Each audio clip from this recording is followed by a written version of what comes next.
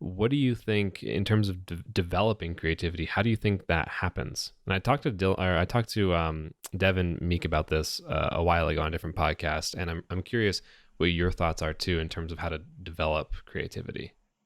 Yeah, yeah. So I first of all, I think creativity is not something that is just an implicit part of who someone is. I think it's something that can be learned and something that can be practiced. Uh, Specifically, I guess if I wanted to define it in terms of jump rope, it's what happens when you do something novel and it works, and someone else agrees that it's kind of cool. So you could I do like that definition. you could do something novel and it might not work, and that's fine. That's the creative process. You could do something novel and it works, but you think it kind of looks silly, and you would never really do it in a routine or a combo, but it's still part of the creative process. and Yeah, and but so you still I did it.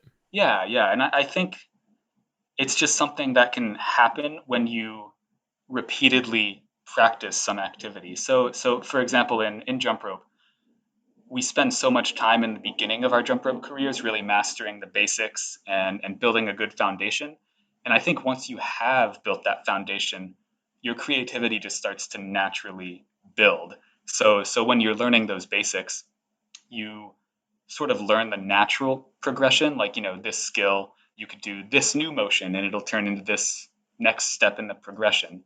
But now, once you've built that foundation, you can make those steps yourself. And sometimes when you make a step, it could be new. You could figure out some new way of modifying a trick or some new motion that hasn't been thought of in a trick before. And so that's when creativity happens, is when you can come up with your own progression.